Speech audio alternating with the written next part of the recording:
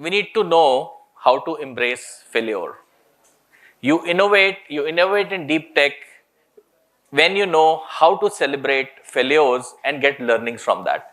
We have a lot of award functions, we do a lot of things. We always do, he's the best developer, he's the best innovator, he does the best thing in this, right? But trust me, as we all know, right?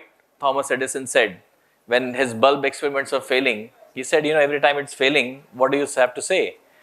He very politely said, I just found 100 more ways that a bulb couldn't function, right? So we need to know how to embrace failures. Sometimes we are very harsh as society, as culture. Experiment है तो experiment के दो outcome होते हैं. That's why it is called an experiment. An experiment can pass, an experiment can fail and give you learnings. Failure doesn't mean that you have failed. So as a culture, as a society, right, we all have, आपने सबने सुना होगा यहाँ IIT की तैयारी कर रहे हो, शर्मा जी का बेटा is the ideal beta, right? You have heard of that, Sharma ji का बेटा? Right? So Sharma ji ka beta, I think the ideal Sharma ji ka beta for a country which has to succeed in deep tech has to highlight its failures and learnings from there, not only the successes.